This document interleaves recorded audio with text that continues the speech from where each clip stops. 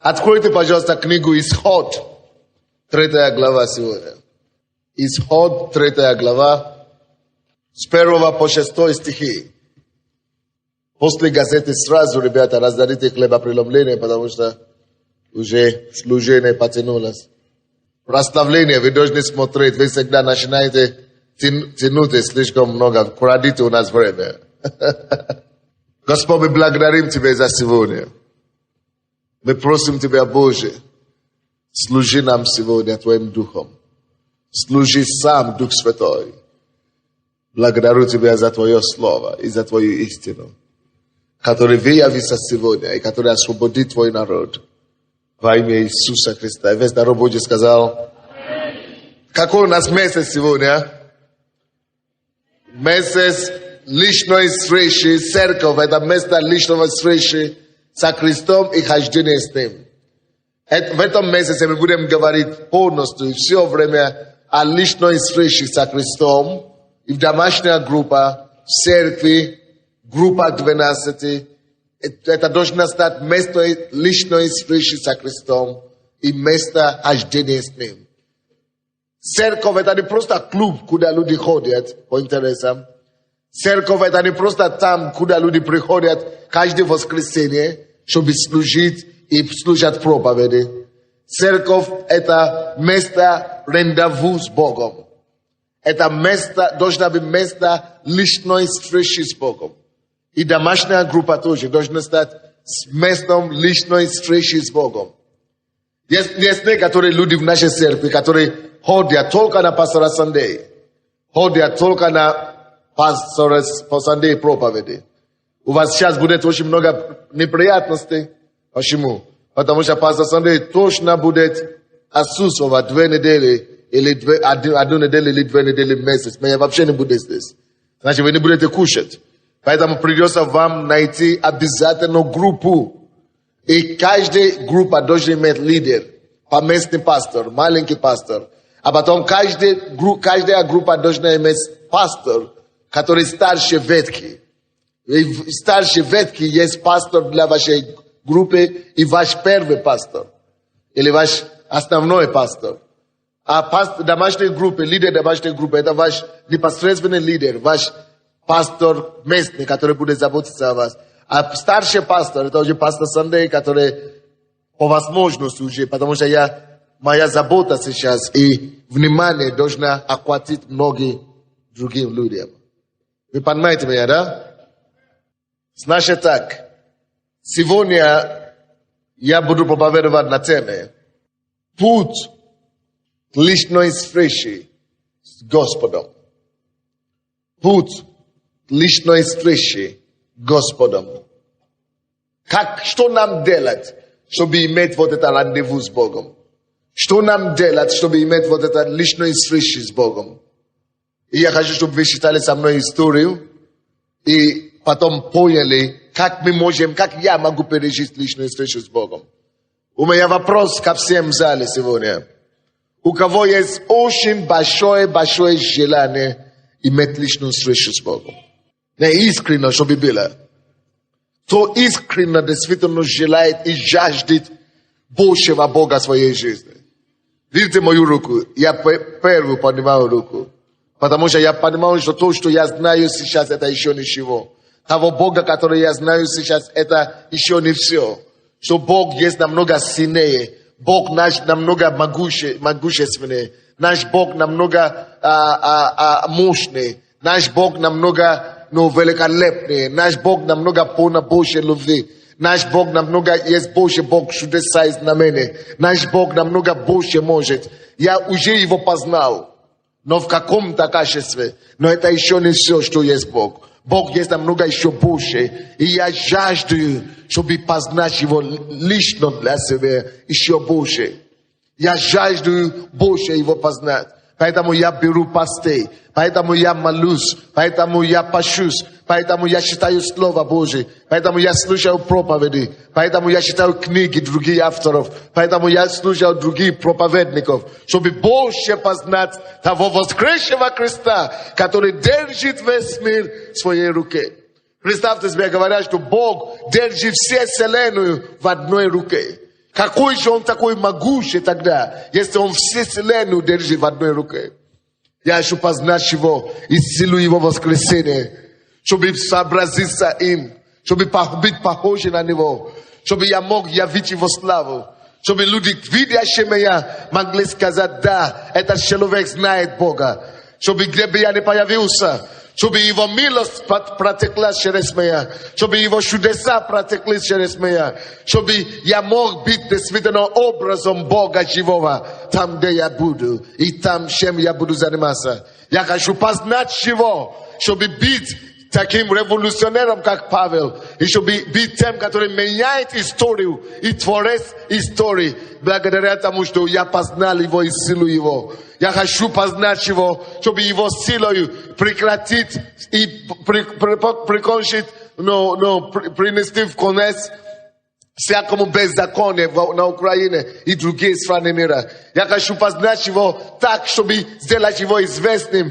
чтобы другие боги и другие религии Божьи не обманули народов мира сего, но чтобы все народы мира могли познать его через меня. Я хочу познать его не для себя. Я хочу познать его не просто, чтобы мне было хорошо. Я хочу познать его, чтобы он был познан через меня. Я хочу познать его, чтобы я мог через него принести облегчение всем, которые страдают и болеют сегодня. Я хочу познать его, и стоит познать его, друзья, чтобы быть использованным им, и чтобы быть оружием в его руках, через которое он действительно приносит его действие и его волю в исполнение. Хочу познать его больше. Поэтому в этом месяце, церковь, я бросаю вам вызов, чтобы вы больше, чем какая-то другая нужда в вашей личной жизни, чтобы вы больше просили одно: Господи, я хочу познать Тебя. Господи, откройся мне.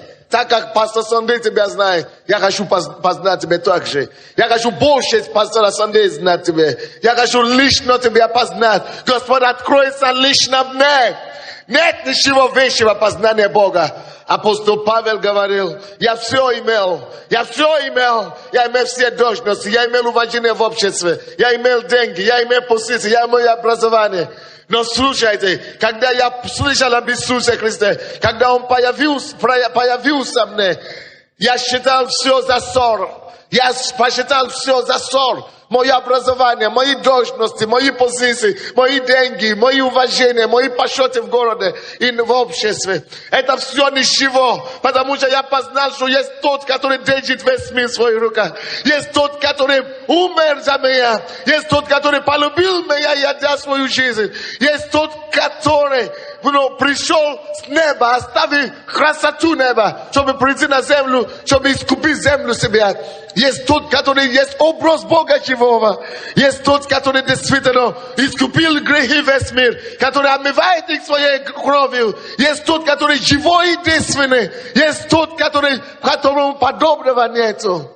Это живой Бог. И что Он сказал? Делайте мой диапазон Божий, чтобы... И что Он сказал, друзья? Он сказал, чтобы познать Его, я посчитал все за ссор. Все я посчитал за ссор, за ничего. Я оставил свое образование, я оставил свою славу, я оставил свою честь, я оставил все достижения человеческие. Я больше всех могу хвалиться. Но он говорит, я больше этого не ищу. Я теперь посвящаю себя к тому, чтобы познать Его и силу Его воскресения. Посвятил себя тому, чтобы познать Его, познать Его, познать Его, познать Его и силу Его воскресения, чтобы познать Его. О, чтобы познать Его, чтобы я мог дойти до такого момента в жизни, когда я смогу сказать, я реагирую на все события точно как Он. Когда я смогу сказать, мои взгляды на жизнь точно такой, как у Него. Когда я смогу сказать, я люблю людей, как Бог любит людей. Я милосердный к людям, как Он милосердный. Когда я смогу сказать, Его характер живет во мне, я похож на Него, чтобы мне уже не пришлось проповедовать людям, прежде чем люди увидят Бога. Но чтобы люди сразу видели меня и сказали, да, я вижу Бога. Я вижу Бога, я знаю, какой Бог. Благодаря тому, что я с этим человеком встретился. Братья и сестры, пусть это станет твоей страстью, твоим страстным желанием познать его и силу его воскресения. Ничего сильнее нет. И если вы уважаете меня, ребята, если я имею от какой-нибудь авторитет или уважение для вас, то хочу, чтобы вы знали, что все, кто я есть, и этот авторитет и уважение, которое вы видите, это только благодаря тому, что больше всего в моей жизни, больше на свете, хочу его достичь. Поэтому вы меня любите, поэтому вы меня уважаете, поэтому я есть, кто я есть, потому что я искал его. И мое желание, чтобы вы стали богоискателем больше, чем я. Чтобы вы старались к нему идти, к нему прикоснуться, к нему через проявлять его жизнь, его характер больше, чем я его познал. Чтобы Бог понял вас тоже, как он меня понял и поднимает. Чтобы через вас Бог творит чудеса в политике, чудеса в экономике, чудеса в общественной жизни, в образовании. Какое бы ни было ваше призвание, чтобы могущество Бога проявилось. Братья и сестры, ничего больше не стоит того. Ничего больше не стоит того в этой жизни. Все в этой жизни пройдет, и все сгорит однажды. Но все, что не пройдет, это то богатство, которое мы накопим с вами на небе. То, что мы достигнем через того, что мы его познали. Если у нас есть деньги, на небе будет иметь значение только те деньги, которые были потрачены на его царство. Если у нас есть престиж или слава или энергии, какие-то силы сегодня, на небе Бог будет считать только те энергии, которые мы потратили на него. Все остальное, они идут как ерунду. И если кто познает Бога сегодня, вы получите почет не только здесь на земле, но вы получите почет еще там на небе, друзья. Братья и сестры, нет ничего больше, что стоит. Делай что угодно. Возьми время иногда, чтобы уединиться с Богом. Чтобы идти на место, хотя бы раз в месяц, практикуйте это. Если у вас будет хотя бы один день возможности, просто закройтесь. Или уйдите куда-нибудь в лес, или на дачу, или в квартиру. Закройся просто на целый день. И молись по 10 часов, по 12 часов. Знаешь, что это, ты потом увидишь, что это тебе даст. И если тебе получится на 3 дня, на 4 дня, на 5 дней, на 7 дней, сделай это. Нет, это потом даст тебе столько. Если ты это сделаешь в течение года, все твои окружающие потом начнут сказать, кто он такой. Все изменилось после него. И через него мы получаем такую благодать. Если вы в течение года будете искать Бога вот так, если даже у вас нет такой возможности уединиться, если даже только каждый день у себя вы находите время, чтобы хотя бы по 2 часа проводить с Богом каждый день и с Его Словом, через год ваши глаза будут сиять, Его слава придет на вас, Его сияние будет видно через вас, только благодаря тому, что вы нашли Бога. Когда Моисей нашел Бога на горе, и он пускался к народу, было написано, что люди не могли смотреть на него в глаза, потому что его глаза были покрыты славой Божией, что они даже не могли смотреть. О, разве ты не жаждешь это? Разве ты не жаждешь познать и накрыться Божьей славой настолько, что люди меняются, которые с тобой прикасаются? Разве ты не жаждешь того, что ты прикасаешься к Богу настолько, что все, за кого ты молишься, исцеляются? Если ты не, разве ты не жаждешь Бога таким образом, что ты очень наполнишься Богом настолько, что ты больше не есть тот, за который других молятся, но ты есть тот, который несет ответы и решения для других. Через тебя Бог начинает принести избавление другим людям. Это не тяжело, друзья. Это так легко. Это просто зависит от нашего с вами решения. Если мы примем решение, что мы будем искать Бога, да, ты можешь падать, ты можешь ошибаться, ты можешь много раз промахнуться, но если ты будешь вставать и идти дальше, и Бог увидит твое желание и твое сердце, что ты желаешь его найти больше всего на свете, о, придет к тебе. И если ты не будешь сдаваться, если ты просто ищешь его в один день, а 2 дня спишь. А если ты действительно проявляешь усердие к нему больше и больше, больше тебя больше, больше, больше тебя больше, больше, больше, откройся мне. Если он видит твое сердце, что ты такой, он поднимет тебя из низу и сделает тебя главою. Он тебя из долину поставит твои ноги на горы. Он явит такую славу, от которого весь мир потом будет питаться от тебя. Очень часто мир, суета и повседневные проблемы не даст нам это делать. Дьявол знает, что самое главное это найти Бога. И он тебя будет грузить всякими заботами, всякими проблемами. Но, друзья, поймите меня, примите решение. Прими решение. Это от решения зависит. Что я не буду обращаться в суета, не будет диктовать мне жизнь. Проблемы, которые окружающие меня, не будут диктовать мне ход моей жизни. Моя жизнь, это я буду хозяином моей жизни. И я буду эту жизнь отдавать Господу. Ни суете, ни проблемы. Если у кого-то должна быть уважительная причина, чтобы не было времени для него служить Богу и искать Бога, так, это у меня должна быть такая причина. У меня должны быть такие причины. Потому что у меня миллион денег, которые вы даже, не дай Бог, чтобы вы даже знали половину из них. Но несмотря на это все, я забываю обо всем. Я все дела откладываю. У проблемы у людей я откладываю, чтобы искать его. Какие-то встречи я откладываю, чтобы искать его. Все откладываю, потому что он на первом месте. Если он не придет, я беспомощный. Если он не поможет, я пропал. Я это знаю. Либо пан, либо пропал. А если ты найдешь Бога, ты пан. Но если ты не найдешь Бога, будешь искать все проблемы, будешь своими силами все делать, ты пропал. Исход 3 глава. С 1 по 6 стихи. Исход 3 глава, с 1 по 6 стихи. Моисей пас овец у Иофора, тестя своего, священника Мадиамского. Однажды провел он стадо далеко в пустыню и пришел в горе Божие Хариву. И явился ему ангел Господень, пламенного огня из среди тернового куста. И увидел он, что терновый куст горит огнем, но куст не сгорает. Моисей сказал: пойду и посмотрю на сие великое явление, от чего куст не сгорает. Господь увидел, что он идет смотреть, и возвал к нему Бог из среди куста. И сказал: Моисей, Моисей. Он сказал: вот я. И сказал Бог: не подходи сюда, сними обувь твою с ног твоих, ибо место, на котором ты стоишь, есть земля святая.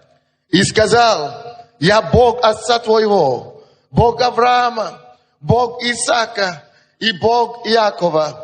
Моисей закрыл лицо свое, потому что боялся воззреть на Бога. Каждый раз, когда Бог явился человеку, любому, в Новом Завете, в Ветхом Завете, первая реакция написана: они боялись, весьма боялись.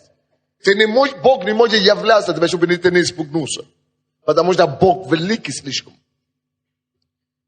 И я хочу доверить Богу, что Бог придет. Каждому из нас лично. Бог придет к нам как церковь.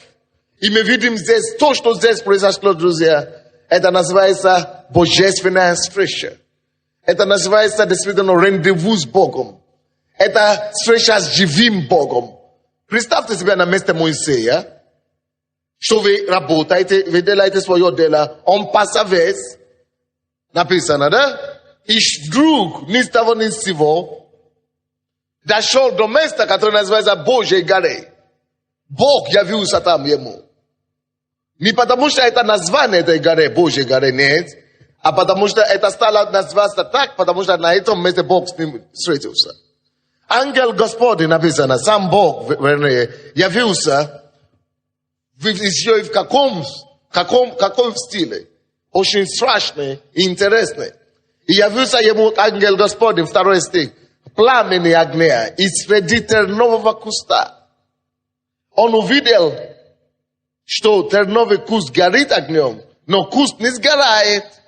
Представьте себе такое, что вы у себя дома на квартире или на работе, и вдруг огонь. Вы начнете испугаться и думать, что что-то сгорает. А тут не сгорает. И вместо того, чтобы сгореть, все, голос идет. Что Моисей, и человека не видно. Только огонь горит. И твой голос, твоего имя зовут. Твое имя зовут. Как бы не было страшно. Всем стало бы страшно. Это знамение серьезное. И очень часто мы говорим об этом, и об этом проповедуем. Мы проповедуем здесь об этом знамении удивительном, которое Бог проявил. Мы проповедуем часто о том, что огонь горел и куст не сгорел. Мы проповедовали о том, что Моисей встретился с Богом. Но сегодня я хотел о другом говорить. Каким же путем я смогу вот так встретиться с Богом? Вот в чем вопрос. Что я могу делать, что я смогу иметь Бога так же великого в своей жизни, как Моисей? Как я смогу с ним встретиться так же? Поэтому, на какую тему я проповедую сегодня, скажите мне? Путь, название проповеди.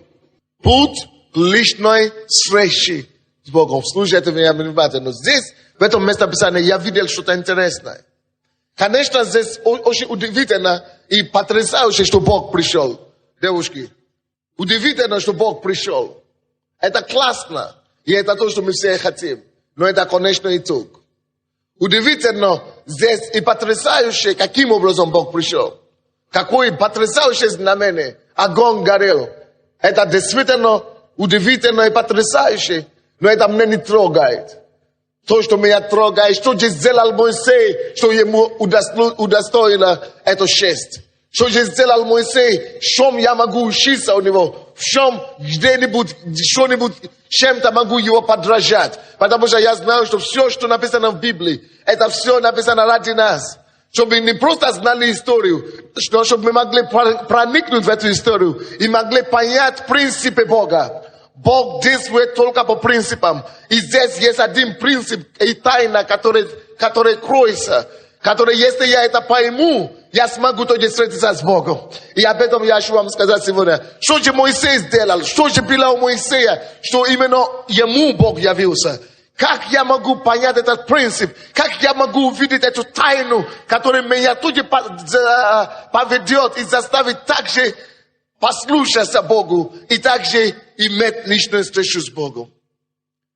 Что я вижу здесь? Давайте посмотрим. Самый большой урок с этого места Писания. С 1 стиха опять читаем.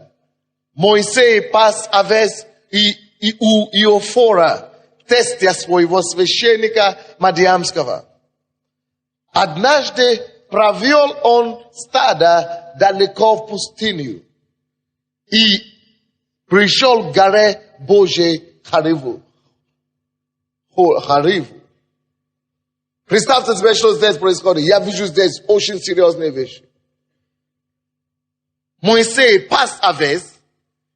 Ничего там странного нет или особенного нет. Потому что многие пасли овец. Почему Бог не являлся другим, а ему явился? Во-первых, обратите внимание, что он пас не свои овцы. Он пас овцы кого? Тестя своего. А вы это знаете, у кого есть тест и тещи, у кого есть крови, вы знаете, что самый тяжелый, на кого работает, это на кого? На родственника, на тестя, на свекрови. Это самое тяжело, на кого можно угодить. И потому что их зятя, они на тебя обязательно постоянно наезжают. Зубы будут держать обязательно. Кто-нибудь испытал, о чем я говорю? Тяжело. Это большое место смирения. Это большое место крушения своего я. Это большое место самообрезания, можно сказать. Но кроме этого обрезания он прошел. Раз он пошел, пас это овец, значит он уже обрезание тот прошел. Но не из-за этого Бог пришел, потому что не только он, наверное, работал на другого хозяина. Были рабы, которые работали на другого хозяина. Но у Моисея было что-то особенное, друзья. Почему он встретился с Богом? И Бог мне это открыл. И это правда. Я просто знаю, что в этом тайна это состоится. И не только в этом случае, но у Моисея такой характер есть. У Моисея было какое-то качество, которое у всех нас должно быть сегодня. Какое же это качество? Посмотрите, написано, вторая часть этого стиха, первый. Однажды провел он стадо далеко пустынью и пришел к горе Божьей, Хариву.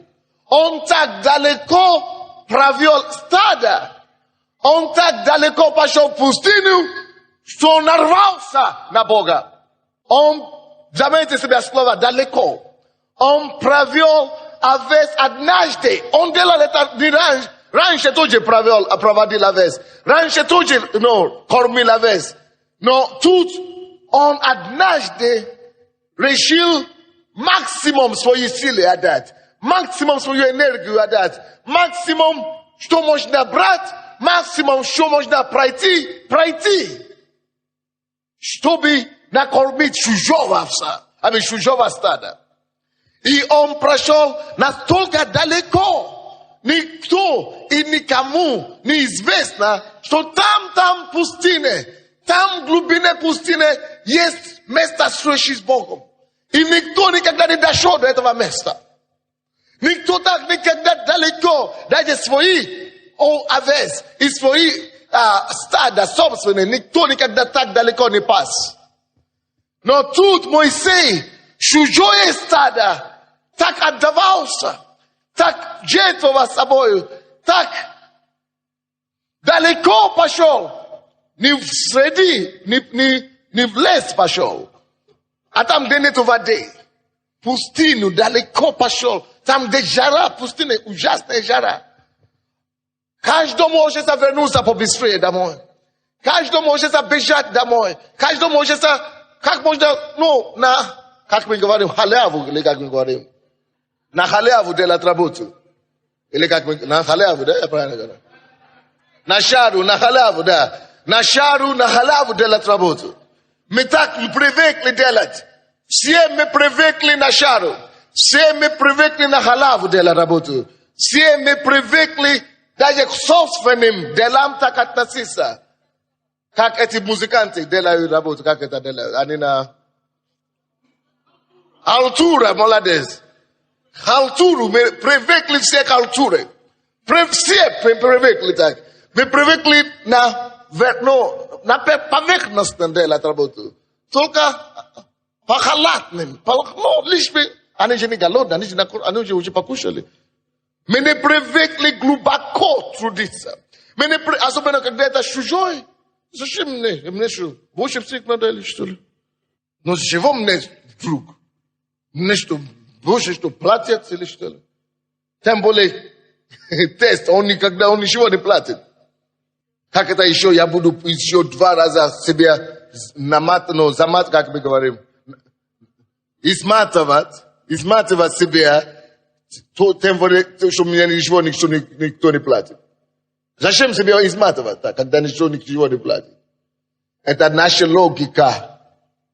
И это беда наша. Но я обнаружил с Богом, и я тоже проанализировал свою жизнь. Вот я был во все собрания, где великие проповедники. Но когда я выхожу и проповедую, все они начинают говорить: Боже мой, какая-то у тебя глубина, какая-то у тебя рука Божья на тебя. И я начинал размышлять, почему так? После того, как Бог мне это показал, я понял, что, честно говоря, это не себя хвалю. Но я человек такого типа, как Моисей. Если что-то делаю, я делаю всем сердцем. Если я даже приветствую кого-то, я это делаю от души. Я даже улыбаюсь кому-то, я это делаю всем сердцем. Я тем более Бога ищу Бога, значит я ищу его капитана. Молюсь, значит я молюсь до я максималист вообще-то. Я человек, который Но и Моисей такой человек. Он делает от всего сердца. А ты не для себя. Это самое тяжело. Я для себя еще не знал, как я буду, если не для себя. Но я уже работал не для себя раньше. И я тоже так. Я не могу иначе. Друзья, Бог, люди, которые будут иметь встречи, личные встречи с Богом. Путь личной встречи с Богом – это путь сердца. Это путь самоотдачи. Это когда человек может всем силой, всей крепости, всем сердцем служить тому делу, который Господь ему поручает. Всем сердцем, всей душой, когда ты можешь всей душой, всем сердцем отдаваться делу. Именно тем, которые могут идти далеко, пройти далеко пустыню. А тебя тяжелая обстановка, тяжелые ситуации, тяжелые обстоятельства, но далеко пройти, не жалея себя. Люди, которые могут пройти далеко с Богом, люди, которые могут далеко пустыню с Богом пройти, вот они как раз могут иметь встречу личную с Богом. Это значит люди, которые могут личной молитвой продержаться. Кто из вас знает, что это нелегко стоять в молитве 6 часов? Это нелегко в молитве стоять 10 часов. Но однажды я принял для себя решение. Если умру. Если я буду спать там, я проснусь. Я даже дошел до такого, что когда я себе очень хотел это самое, я ведро взял. Я на это самое холодильника ледом загрузил и ногу туда, чтобы не уснуть. Я стоял и хожу вот так. Я говорю, я буду лучше падать, но буду вот одеть. Я вот так, до такого уже дошел. Я даже уже падал, стоял вот так и падал даже, потому что я уснул, потому что тело не видел. Потому что я хотел на самом деле найти Бога. Я понял, люди, которые действительно могут отдаваться полностью, Бог таких людей уважает. Бог таких людей уважает. Таких людей трогает сердце Бога. И такой человек был Петр. Везде, где Петр был с учениками, он первый всегда говорил, всегда выскочка, можно было его назвать. Он всегда выскакивает первый. Он всегда все хочет делать, поэтому он стал первым из учеников. Когда Павел пришел, он был по ревности еще больше Петра, поэтому он стал первым. Всякий раз, когда Бог находит людей ревности, всякий раз, когда Бог находит людей, которые могут всем сердцем служить, Бог делает их королем. Кто-нибудь слушает меня или нет? Моисей. Я думал, Боже, почему ты с ним встретился? Я говорю, как он дошел до этого места? Горы, Хариву. Как он знал, что ты там есть? А он не знал ничего. Он просто от сердца служил. Обычно счастье человека кроется там, где он не ожидает.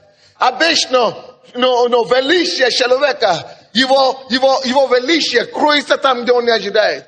И мы часто любим служить усердно там, где мы знаем, что что-то ждет нас. А как раз мы находим величие и возвышение там, где мы не ждали. Поэтому лучше всегда все делать всем сердцем. За чужое, за других людей, благодаря тебя, не благодаря тебя. Именно Бог за это и смотрит. Многие из нас, мы живем хорошо, и мы ведем себя хорошо, когда человек кто-то есть прелюдия.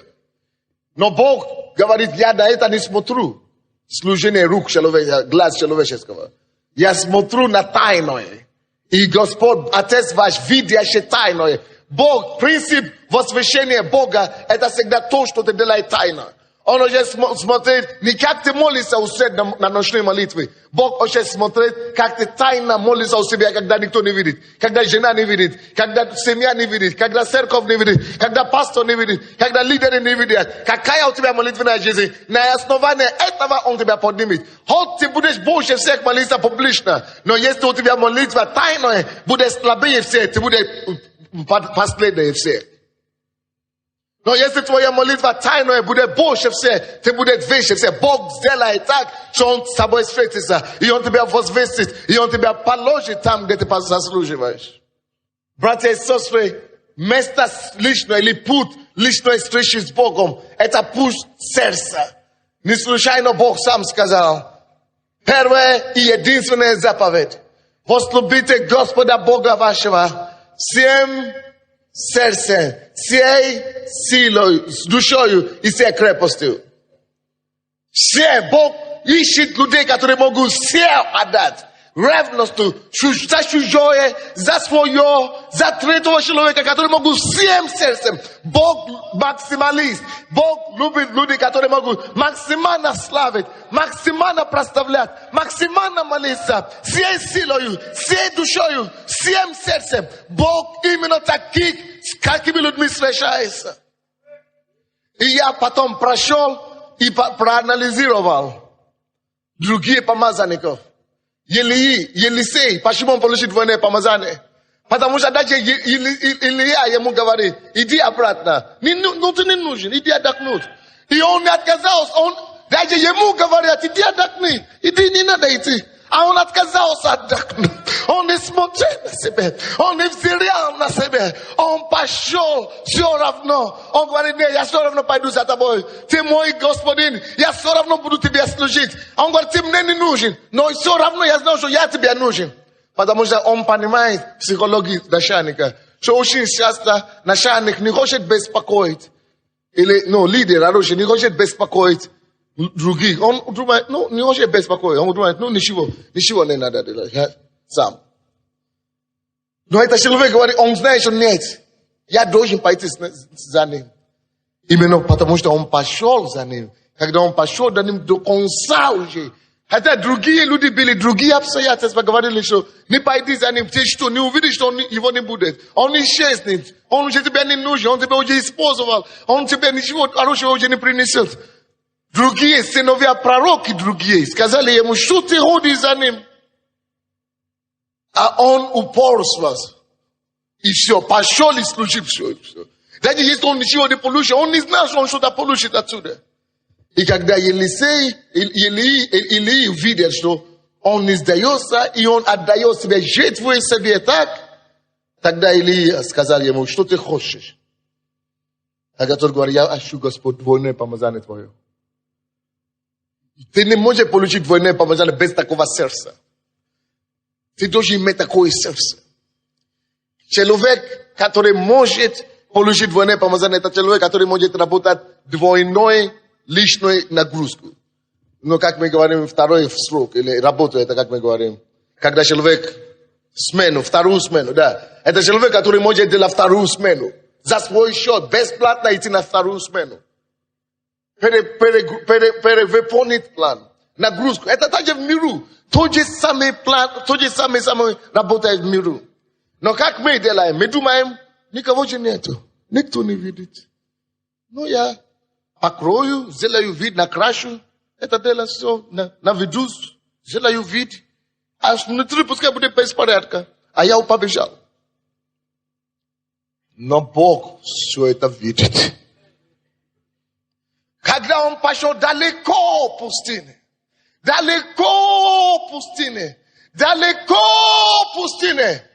он настолько далеко пошел, что он дошел до горы.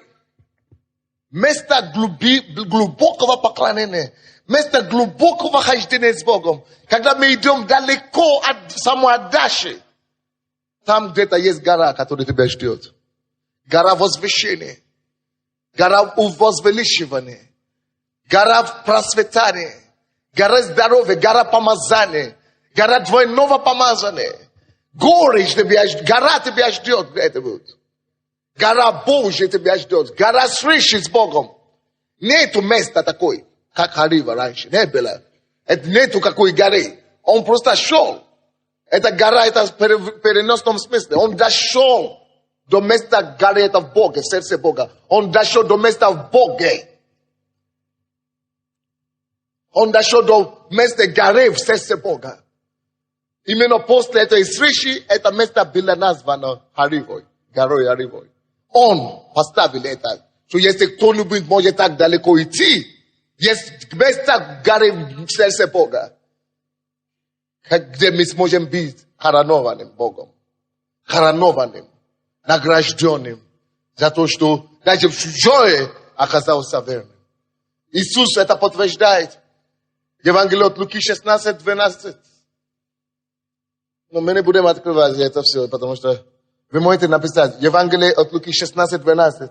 Иисус говорит, если кто не будет верным в малом, тот не может быть доверен больше. Если кто не будет верным в чужом, тот не может доверен свое. Если кто не будет верным в неверном богатстве. 3 вещи Иисус назвал. Напишите это себе. Первый. Он говорит, если кто не будет верным в малом, научитесь быть верным в малом. Вам не платят. Тебе платят вообще мизер. Тебе вообще ничего не платят за это дело. Но ты идешь и это делаешь от всего сердца. Ты идешь, как будто тебе платят самое лучшее. Ты идешь и отдаешь всего самого себя. О, слава тебе, Боже. Это то, что Иван делал. Кто помнит Ивана? Африканца, как я здесь, одел. Красивый такой, всегда в костюме ходил.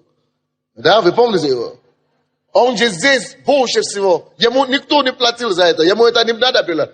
Он организовал группу порядка, бегает туда. Конечно, тоже любит командовать, но ничего. Но по крайней мере служил. И верность.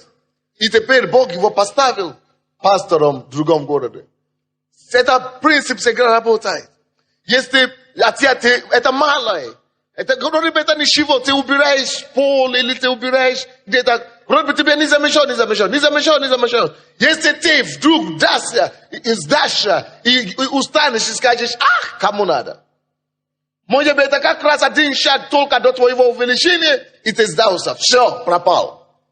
Не пан, а пропал. Иисус говорит, кто верен малом. Это первый. Второй пункт. Чем вы должны за собой следить постоянно. Он говорит, кто верен в чем? Не, малом это одно. В чужом. Второй. В чужом. Допустим, когда мы сейчас за МВ это говорили, потому что мы хотели за церковь, для церкви это делать, чтобы заработать деньги для церкви, для строительства. Но после не хотела, но она будет руководить это, но она не хотела это делать. Но мы сказали, Господь, приведи людей, которые, потому что это возможность. И, знаете, сами люди подошли к нам и говорили, пастор, мы даже не хотели для себя работать. Мы хотим для церкви. Мы даже им не сказали это. Мы хотим, чтобы церковь строилась. Поэтому мы будем работать второй, мы будем это брать как дополнительно. И мы будем деньги там зарабатывать, чтобы эти деньги потом пошли на строительство, чтобы на счет церкви. Вы представляете себе? Чужом. Вы думаете, вроде бы чужой. Зачем мне быть верным чужом? Мне же это ничего не достали. Мне же ничего не от этого. Это то, что Моисей делал. Чужом, абсолютно чужом. Ему же ничего от этого, ничего. Но живой Бог есть на небе, который проверяет специально, насколько мы с вами можем быть верным чужом. Не присваивать чужое себе. О, как это много в наши дни. Тебе дали домашнюю группу, ты украл и сказал, ты начинаешь свою церковь. Тебе дали какое-то, служение какой-то церкви, ты украл, ты говоришь, ты теперь пастор, ты уже сам самостоятельно. Украл. Не присвоить чужое себе. Надо делать. А надо быть верным. И даже если соберут потом, это чужое у тебя, пусть соберут, пусть у тебя не останется ни с чем, но пусть у тебя останется совесть и репутация у Бога самого. Но мы часто эго портит нам жизнь. Эго разрушает нас. А говорят, это же я работал. Это же я. Но ты же знаешь, что это чужое. Это же я то делал. Это же я. Это же я. Я. Это то, что и гибнет. Погубает нас, губит нас. Братья и сестры, будьте верны. Пусть Бог тебя найдет. Не я должен тебя найти верным чужом. Не пастор должен тебя найти верным чужом. Пусть сам Бог тебя найдет так. И не просто надо быть верным. Заметьте себе, недостаточно быть верным малым. Недостаточно быть верным чужом. Вы знаете, кем нужно быть? И Моисей был верным. Он же пас эта вещь. Малым, чужом, он пас. Но это недостаточно, чтобы иметь встречу с Богом. Чтобы иметь встречу с Богом, надо быть верным самому собой. Но идти дальше один шаг. Идти далеко пустыни. Далеко верности. Так служить далеко, куда никто не идет. Все остальные говорят, он дурак, он ничего не понимает. Его пользуется, его используют, его это самое. А он далеко продолжает. Не просто чуть-чуть дольше, чем другие. Не просто чуть-чуть больше усердия. А далеко больше усердия, чем другие. Далеко больше верности, чем другие. Не 6 часов работает, убегает и прогуливает 2 часа. Не 8 часов, а 18 часов работает. Далеко. И человек не может это не заметить. Бог не мог это не заметить. Не мог пройти мимо этого. Тем более человек не пройдет мимо. Если ты будешь далеко верным, далеко идти в твоей верности малом, далеко идти в твоей верности чужом. О, мы с вами не можем остаться внизу, никогда. Мы с вами не можем остаться награжденными, никогда. Мы с вами не можем остаться востребованным в миру и в Боге. Везде ты будешь первым, если ты будешь таким человеком. И третий, в чем Бог говорит. Иисус говорит, это Луки 16:12. Верно в малом, верно в чужом и верно быть верным неверном богатстве. Неверное богатство, то есть богатство мира сего, материальные вещи. Быть верным там. Вы знаете, одна сестра, только буквально вчера я слышал эту историю. У нее был дом, у нее есть частный дом свой. И ей предлагают потрясающие суммы. Она говорила, а этот дом стоит, может быть, около $1 миллиона. Это муж построил, муж умер. И у нее это осталось, это единственный ее источник. И она должна была это использовать, чтобы сдать, может быть, или продать. И деньги это использовать, чтобы образование дать детям своим. А вы знаете, что она сделала? Она говорила, я почувствовал, что Бог мне сказал, этот дом дать для молитвы. Дом, который около $1 миллиона стоит. На молитву. Ну ничего себе. Это каждый месяц, ей предлагали каждый месяц такую сумму, что она говорит, даже я боюсь сказать это, чтобы вы говорите, какую сумму предлагал каждый месяц. И она говорит, нет, я буду отдать только на молитву. Бесплатно церковь. И она это делала. И вы знаете, а потом однажды одной женщине, которую пригласили на эту молитву, видела сон. Она говорит, я никогда не вижу сон. Она говорит, как будто я видела здание такое, которое я в селе всегда знала это здание. Что какое-то обыкновенное здание, красный кирпич и так далее, как будто здание церкви. Но потом она как бы вышла и вернулась, и увидела это здание опять, что это такое стало, как золото это здание, как жемчужина стало, как такая красота, такое творение, такой дворец, такой, что неужели можно с этого делать что такое драгоценное? Потому что в глазах человека деньги были бы драгоценные. Бог хотел знать, насколько она может быть верным в этом малом, неверном богатстве. Для Бога вещи, богатство мира сего, это ерундовые богатства. Сможешь ли быть верным там? Когда у тебя есть возможность нажиться, сможешь ли ты устоять то, что Бог тебе сказал делать? И в этом многие из нас не выдерживают. Мы не можем быть верным, когда речь идет о мирских вещах. Мы начинаем драться за них, мы начинаем выбирать мирские вещи, деньги, вместо того той красоты, той величины, той величественности, которую Бог даст. Братья и сестры, каждый из нас пройдет экзамен в эти все 3 уровня. Бог даст тебе возможность нажиться. Бог даст тебе возможность выбрать. Либо это самое, мирские или духовные ценности. Бог тебе даст возможность оказаться верным или неверным. Бог тебе даст возможность. Он ничего не скажет. Ты выберешь то, что тебе надо. Он ничего не скажет. Но ты уже пропусти свой шанс. Стать великим в этом перед Богом. Моисей имел это качество.